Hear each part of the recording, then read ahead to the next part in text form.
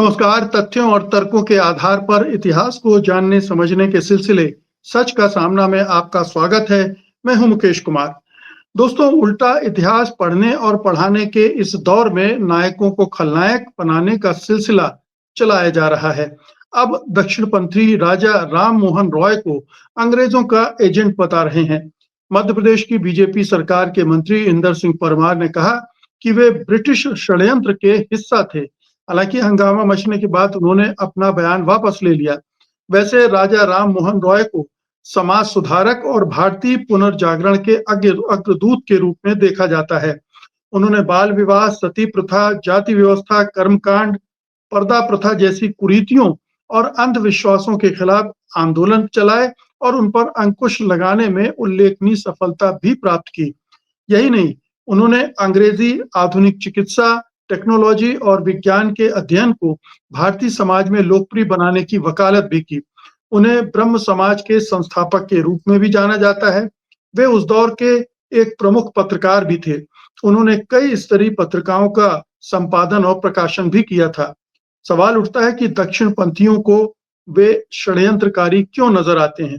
क्या इसलिए कि उन्होंने हिंदू धर्म और समाज में सुधार के लिए कोशिशें की, उन्हें आधुनिक बनाने के लिए प्रयास किए?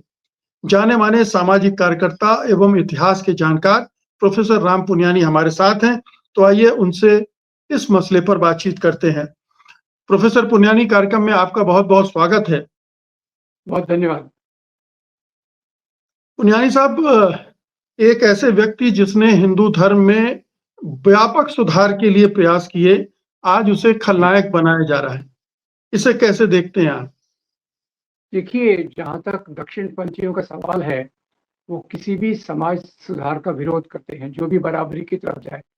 अब राजा राममोहन राय की जिंदगी को देखें तो 1780 के आसपास 1780 के दशक में उनका जन्म हुआ और उनके जो बड़े भाई थे, छोटी उम्र में उनका देहावसान हो गया और उनकी जो पत्नी थी वो 17 साल की थी। उसको अग्निशिखा पर डाला गया, उसको जलाया गया। तो ये चीज़ डॉक्टर राममोहन राय को बहुत खली। वो इस बात को सहन नहीं कर पाए कि एक 17 साल की लड़की को इस प्रकार से धर्म के नाम पर जलाया जा रहा है। तो उन्होंने अपना अध्ययन जारी किया और कई निष्कर्षों पे आए। वो संस्कृत के विद्वान थे, अरेबिक पढ़ते थे और हिंदू धर्म के बारे में भी उनकी समझ काफ़ी गहरी थी। तो वो इस निष्कर्ष पर आए कि जो हिंदू धर्म ग्रंथ जिनको कहा जाता है, उसमें सती का कोई उल्लेख नहीं है। उनके हिसाब से जो हमारा वेदांत है, उसके आधार पे उन्होंने कई बातें रखने की कोशिश की और कहा ये हिंदू धर्म में जो कुरीतियाँ आ गई हैं, वो पिछले 300-400 साल से आई हैं और वो समाज के अंदर की कुरीतियाँ हैं, जिनको एक वर्ग ने मजबूत किया। तो उसके बाद से जब उन्होंने इस पर काम करना चालू किया, तो जैसे आपने बताया, वो काफ़ी लिखते भी थे, पढ़ते भी काफ़ी थे। शुरू में उन्होंने अंग्रेज सरकार के एक रेवेन्यू डिपार्टमेंट में क्लर्क के रूप में काम किया। बाद में ऑफिसर बन गए और इसके कारण उनको पूरे गाँव-गाँव में घूमने का मौका मिलता था। तो जितने व्यापक उनकी यात्रा थी, वो देखते गए कि यहाँ की जो जाति व्यवस्था है, उसका कितना दुष्परिणाम है। यहाँ जो स्त्रियों को दुय्यम दर्जे से इस प्रकार से सती किया जाता है, वो कितना खतरनाक है। और इसके आधार पे उन्होंने शुरू में तो ऐसा किया कि वो श्मशान में जाते थे। जहाँ कोई अगर सती हो रहा था, तो उनको उसका विरोध करते थे और उनको मनाने की कोशिश करते थे कि हमारे हिंदू धर्म की ये परंपरा नहीं है, आप इसको छोड़िए। और जैसा आपने कहा कि पुनर्जागरण की जो प्रक्रिया रिनेसां उस समय चल रही थी, उसमें उसका पूरा प्रभाव देश पर भी पड़ रहा था। अगर इसी समय आप देखें तो एक तरफ आर्य समाज, एक तरफ ब्रह्म समाज, एक तरफ प्रार्थना सभा महाराष्ट्र में, ये सब आंदोलन चालू हो रहे थे, जिनका मुख्य उद्देश्य था कि इस प्रकार की जो कुरीतियाँ थी उनको दूर किया जाए। और ब्रह्म समाज इसमें काफ़ी आगे था। उसमें ये उन्होंने जब देखा तो पहले तो सती प्रथा के विरोध के साथ ही साथ जो एक तार्किक सोच, जाति व्यवस्था का विरोध और वैज्ञानिक सोच के आधार पर समाज को चलाने के लिए उन्होंने आंदोलन किया। तो जो जिस प्रकार से सती प्रथा काफ़ी व्यापक थी, खास तौर से बंगाल का वर्णन उनके आसपास मिलता है। तो कुछ पादरी थे, उनका मैं नाम भूल रहा हूँ, उन्होंने इनका समर्थन किया। फिर इन्होंने वाइसरॉय के पास पिटीशन डाली कि ये क्रूर प्रथा है, कानूनी तौर से इसको रोकने की कोशिश की जाना चाहिए। अब कानूनी तौर से लॉर्ड बेंटिंक ने ये कानून लाया कि जो किसी को सती के रूप में जलाना ये गैर कानूनी है और इसको रोका जाए, इसके लिए सजा होगी। खैर वो तो घूम-घूम के अपना काम करते थे। साथ ही साथ इसके समान ये एक काफ़ी ऐसी चीज़ है जिसको रेखांकित किया जाना चाहिए। पर इसी के साथ समाज के सुधार के जो बाकी काम थे, जाति व्यवस्था के विरोध में, तार्किक सोच के लिए, अंधविश्वास के खिलाफ, उस समय आप अगर देखेंगे तो समाज में अंधविश्वास भी बहुत प्रचलित थे। तो अंधविश्वासों के खिलाफ भी उन्होंने काम किया, जैसे अभी आज हमारे डॉक्टर दाभोलकर और उनके साथी जिस प्रकार से काम कर रहे थे। तो इसके परिणाम स्वरूप कई बार उनको सोशल बायकॉट भी का सामना करना पड़ा और ये सब के चलते एक प्रबुद्ध वर्ग उनके आगे पीछे आ गया और उनके घर में मीटिंग्स होती थी, वो बार-बार मिलकर इन सामाजिक प्रथाओं के बारे में चर्चा करते थे, इसको रोकने के लिए आगे क्या किया जाए और ब्रह्म समाज ये थोड़ा उसका प्रसार अच्छा होने लग गया। अब इसी बीच क्या हुआ कि जैसे उस समय ईस्ट इंडिया कंपनी का राज था और ईस्ट इंडिया कंपनी ये जो हमारे राजा पुराने थे, पुराने राजाओं की उनकी या तो पेंशन में कटौती कर रहे थे, उनके फंड्स में कटौती कर रहे थे। ईस्ट इंडिया कंपनी ने काफ़ी वर्चस्व जमा लिया था। तो अकबर द्वितीय जो औरंगज़ेब के बेटे थे, उन्होंने इनको रिक्वेस्ट किया कि आप ब्रिटिश सरकार के पास जाइए और मेरे जो फंड्स में कटौती है, उसको रिस्टोर करने का कीजिए। तो दूसरा क्या चल रहा था, इंग्लैंड में उस समय मुकदमा चल रहा था, सती प्रथा को लाने के लिए। इन सती प्रथा के विरोध में जो कानून आया, उसके खिलाफ लोगों ने पिटीशन दायर दायर की। तो ये दोनों कारणों से वो इंग्लैंड ब्रिस्टल गए और वहाँ वो करीब 3 साल तक रहे, जहाँ उनकी मृत्यु हुई। तो उस समय भी उन्होंने इंग्लैंड में जाके उनका मुख्य काम यही था कि खैर एक तो अकबर द्वितीय का काम करना था और दूसरा ये जो कानूनी तौर पे जो लड़ाई थी, सती प्रथा को बंद करने की, उसमें उनका काफ़ी महत्वपूर्ण रोल रहा। अब ये भाग एक हो गया। तो यहाँ मैं जबकि सती प्रथा इतनी भयानक थी, तो उसको रेखांकित करने के कारण कई लोग कहते हैं कि सती प्रथा के लिए उन्होंने काम किया। पर मेरी समझ से समाज में जो पूरे सुधार की ज़रूरत थी, अंधविश्वासों के खिलाफ, जाति प्रथा के खिलाफ और दूसरी प्रचलित कुरीतियों के खिलाफ, जो धर्म के नाम पे समाज में लादी जाती थी। अच्छा देखिए उस समय बाल विवाह, बहुपत्नीत्व बहुपत्नीत्व बहुत कॉमन था और लड़की की उम्र 9-10 साल हुई, उसकी शादी कर देते थे और अगर मान लो दुर्भाग्यवश उसके पति की मृत्यु हो गई, तो उसको 10 साल की उम्र पे सती करते थे। ऐसे कई लोग थे जिनकी एक से ज़्यादा पत्नियाँ भी थी। अब सती में भी कई कई तरीके थे। तो इसके लिए एक उनके दिमाग में दूसरी बात जो आई कि स्त्रियों को सती किया जाता है क्योंकि उनके संपत्ति के अधिकार नहीं है। अगर उनके संपत्ति के अधिकार कानूनी तौर पे आ जाएँ, तो अपनी ज़िंदगी जी सकती हैं। तो इसलिए उन्होंने स्त्रियों को संपत्ति का अधिकार होना चाहिए, इसके लिए भी आंदोलन आवाज़ उठाई। और जैसे आपने पहले कहा कि वो लेखक के रूप में, पत्रकार के रूप में जगह-जगह अपने पत्रों को प्रकाशित करते थे। उन्होंने इस पे किताब भी लिखी।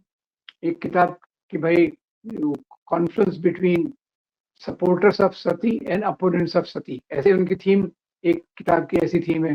दूसरी किताब उन्होंने जाति व्यवस्था पे लिखी। तो ये सब उनका जो काम था, मैं कहूँगा एक होलिस्टिक था, एक परिपूर्ण था अपने आप में, उस समय के समाज की कुरीतियों को दूर करने के लिए। क्योंकि उस समय आप देखिए थोड़ा जो प्रभाव था आधुनिक शिक्षा का, उसके कारण लोगों की चेतना भी जागृत हो रही थी। तो एक तरफ तो ये जिनकी चेतना जागृत हो रही थी, समाज को बदलना चाहते थे और दूसरी तरफ वो दकियानुसी लोग, जो पुराने ढर्रे पर चलकर पुरानी चीज़ों को बनाए रखना चाहते थे। तो ये उनका एक बहुत बड़ा संघर्ष था, जो उन्होंने अपने जीवन में उसको फेस किया और उसके लिए कह सकते हैं कि आज दक्षिणपंथी लोग उनका जब भी विरोध करते हैं, तो उनका कारण यही है कि वो किसी भी सामाजिक परिवर्तन, बराबरी के लिए किए जाने वाले सामाजिक परिवर्तन का विरोध करते हैं और इसी को कई बार वो सनातन कह देते हैं। तो जी। कोई आश्चर्य नहीं हो रहा कि उन्होंने राम मोहन राय को भी चुना इसके लिए, अपने निशाना बनाने के लिए। क्योंकि राम मोहन राय में अगर आप राम मोहन राय होते, तो वो वही काम कर रहे होते जो डॉक्टर दाभोलकर ने किया या कॉमरेड पानसरे ने किया या कलबुर्गी ने किया।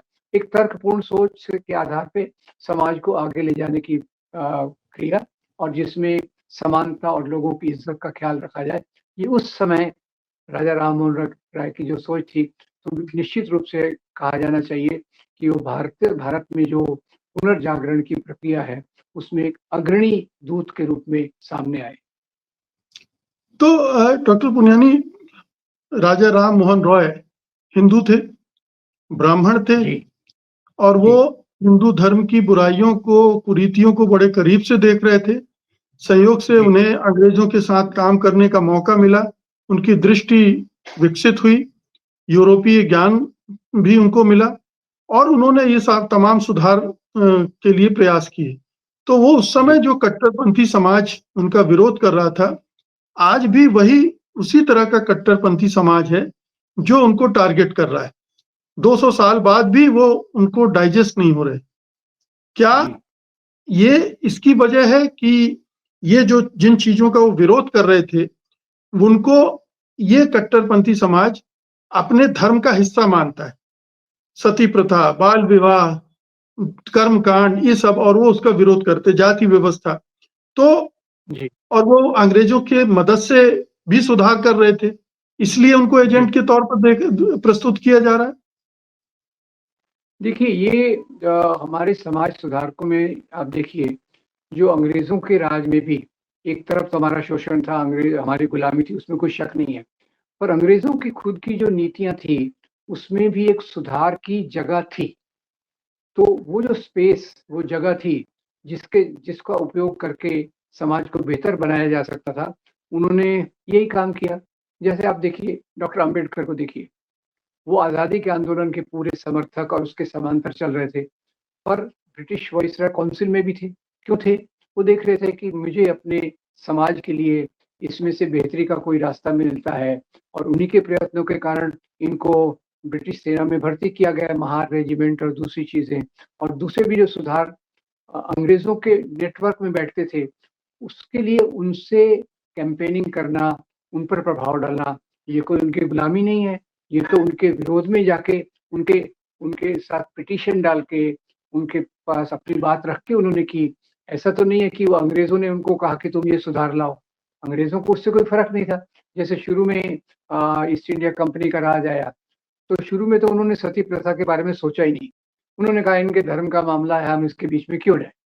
तो यानी, तो शुरू के बाद में उनको भी लगा कि भाई ये इतना अमानवीय काम है कि इसको जो भी विरोध कर रहा है, उसका हम समर्थन करें। तो बात तो उल्टी है कि इन्होंने अंग्रेज़ों को मजबूर किया कि वो इनकी बात सुने, रादर देन बजाय इसके कि वो अंग्रेज़ों की बात मान के आगे चले, उन्होंने अंग्रेज़ों को मजबूर किया कि इस प्रकार का कानून लाओ, उसको बचाओ, ताकि समाज में ये जो कुरीतियाँ हैं, उसको हम नष्ट कर सकें।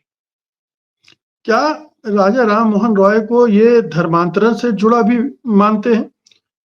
जिस तरह के सुधार ये ला रहे थे, उनको लग रहा था कि ये तो ईसाई धर्म वाले हैं या अंग्रेजों की दृष्टि से सुधार हैं। क्या ये भी एक वजह थी? देखिए, ये सुधार जो मेरी समझ जो है, ये सुधार कोई अंग्रेज़ों की दृष्टि से नहीं थे। ये सुधार तो समाज के अंदर जो वर्ग चेतनाशील था, उसी में वो उसके आधार पे वो काम कर रहे थे। तो वो ये समीकरण उल्टा करके बता रहे हैं हमारे दक्षिणपंथी लोग। और इसमें जो जो आप बात कर रहे हैं, मैं उसी को ऐसा कहूँगा कि वास्तव में जब भी शिक्षा का प्रादुर्भाव आधुनिक शिक्षा आती है और हम दूसरे समाज के साथ इंटरैक्ट करते हैं, तो कुछ परिवर्तन तो हमारे समाज में आना चाहिए। और इसमें वो तो हिंदू थे, ब्राह्मण थे, और वो वेदांत की बात करते थे, तो उसमें तो कोई ईसाई धर्म का कोई रोल नहीं है, धर्मांतरण का कोई तो रोल उन्होंने प्ले नहीं किया। और आपको एक और बात और भी बता दूँ, ये बहुत बड़ी गलतफ़हमी है कि अंग्रेज़ों के राज के दौरान ईसाई धर्म में बहुत धर्मांतरण हुआ। वास्तव में यहाँ जो ईसाई ग्रुप्स हैं, मिशनरी ग्रुप्स हैं, वो यूरोप के अलग-अलग देशों के हैं। कई ईसाई मिशनरियों के पत्र हैं कि अंग्रेज भले ही क्रिश्चियन हैं पर हमारे काम में वो मदद नहीं देते। तो मामला इसका उससे कोई जोड़ के नहीं, पर खैर किसी पे लांछन लगाना हो, आरोप लगाना है, तो किसी प्रकार की बात भी ये दक्षिणपंथी कह सकते हैं, इसमें किसी प्रकार की सच्चाई नहीं है। ये एक और आरोप लगाते हैं कि राजा राम मोहन राय ने ब्रिटेन के प्रधानमंत्री को कोई पत्र लिखा था, जिसकी वजह से भारत में संस्कृति का पतन हो गया, संस्कृत का पतन हो गया, संस्कृत भाषा का। हुँ। देखिए, राजा राममोहन राय के जो रिकॉर्ड्स मिलते हैं, रिकॉर्ड्स तो यही है, उन्होंने पत्राचार किया अंग्रेज़ों के ऊपर, जिसको हम कहते हैं लॉबिंग, ये कैंपेन किया, पर वो हिंदू समाज के अंदर सुधार के लिए किया, अंधविश्वास को खत्म करने के लिए किया। वो तो संस्कृत के खुद विद्वान थे, जैसे मैंने बताया, जो अरेबिक के विद्वान थे, संस्कृत के विद्वान थे, तो संस्कृत का विरोध वो क्यों करते? उसमें तो कोई सवाल ही नहीं उठता। ये तार्किक तरीके से हम सोचा जाए, तो हम अगर सोचें, तो संस्कृत का तो विरोध उनका करने का सवाल नहीं उठता। वो तो इतनी भाषाओं में पंडित थे, प्रकांड उनका ज्ञान था, तो संस्कृत का विरोध करने का तो कोई सवाल उठता ही नहीं है। तो ये षड्यंत्र की बात इस जोर-शोर से क्यों कहते हैं? और ऐसा नहीं है कि ये आम जो कट्टरपंथी हिंदू हैं वो करते हैं, बल्कि जो हिंदुत्व के विचारक हैं, वो भी इसको बार-बार दोहराते हैं। तो ये क्या खुन्नस क्या है या षड्यंत्र के आधार क्या बताते हैं? देखिए, खुन्नस तो मुख्य रूप से समाज सुधार के बारे में है। जो भी हमारे समाज सुधारक हैं, ये एक मोटे तौर पर मेरी समझ है, समाज सुधारक ज़्यादातर वैज्ञानिक सोच, अंधविश्वास के खिलाफ, कुरीतियों के खिलाफ उन्होंने बात की। राजा राममोहन राय उसके शुरुआती हैं, पर बाद में भी आप देखिए ज्योतिराव फुले, भीमराव बाबा साहब अम्बेडकर, महात्मा गांधी, इन्होंने जो भी इन बातों का विरोध किया, उसमें एक तो तार्किक सोच होता है। इनका सब ये ज़्यादातर तार्किक सोच वाले लोग होते हैं और तार्किक सोच, साइंटिफिक टेम्पर, वैज्ञानिक तरीके से सोचना, वो दक्षिणपंथी लोगों को बिल्कुल पसंद नहीं है। अभी जो शिक्षा की नीतियाँ भी नई ला रहे हैं, उसमें भी तार्किक सोच के बदले जो अंधविश्वास या विश्वास, अंधविश्वास तो खैर उसमें बॉर्डर लाइन बहुत कम है, तो विश्वास के आधार पे जो ज्ञान है, हम ही पूरे ज्ञानी थे, हमारे पास सब कुछ था, उस आधार पे उन्होंने उस आधार पे सभी समाज सुधारकों का ये विरोध करते हैं। तो अपने जो हीरोज़ के रूप में ये रखते हैं, हीरोज़ के रूप में समाज सुधारकों को नहीं रखते। जबकि मजबूरी हो, चुनावी मजबूरी हो तो ही रखेंगे। नहीं तो आप सावित्रीबाई फुले का, ज्योतिराव फुले का, इनका नाम ज़्यादा नहीं सुनेंगे। इनके गौरवान्वय में तो वो महान हिंदू राजा रहेंगे, उनको अपने प्रतीक के रूप में प्रस्तुत करते हैं। प्रतीक के रूप में ये कभी भी सामाजिक सुधारकों को नहीं रख सकते और अभी क्योंकि समाज में चेतना बढ़ गई है, लोग सामाजिक सुधारों की बात कर रहे हैं, वैज्ञानिक सोच की बात कर रहे हैं, तो उसके विरोध के लिए फिर वो राजा राम मोहन राय को भी इसमें घसीट कर लाए हैं।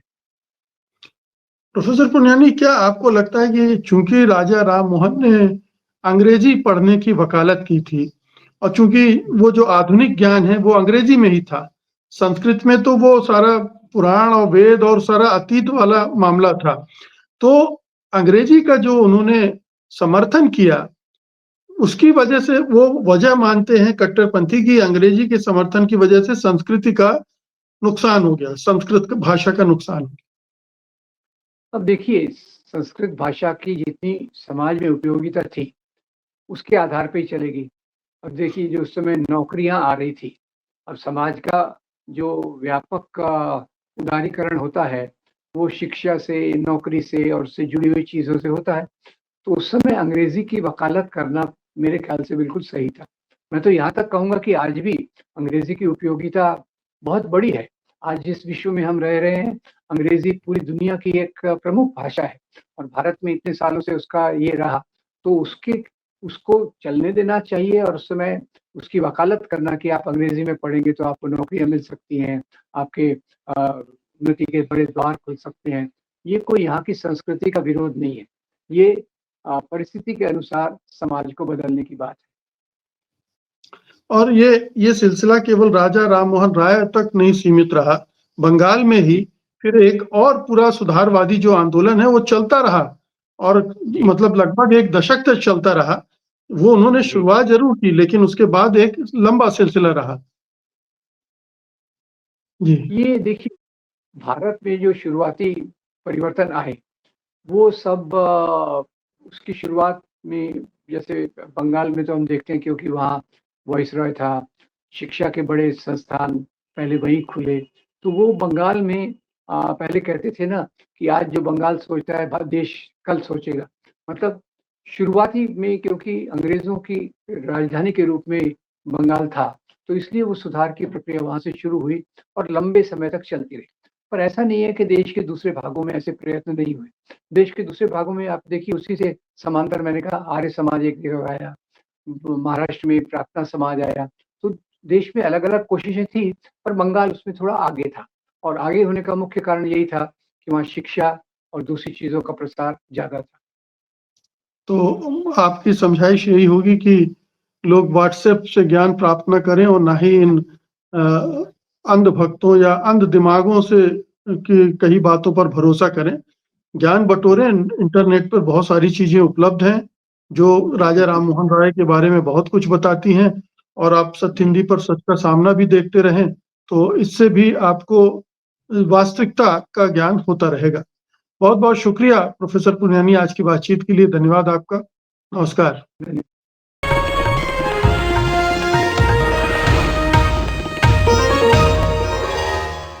Copyright disclaimer under Section 107 of the Copyright Act 1976. Allowance is made for fair use for purposes such as criticism, comment, news reporting, scholarship, and research. Fair use is a use permitted by copyright statute that might otherwise be infringing.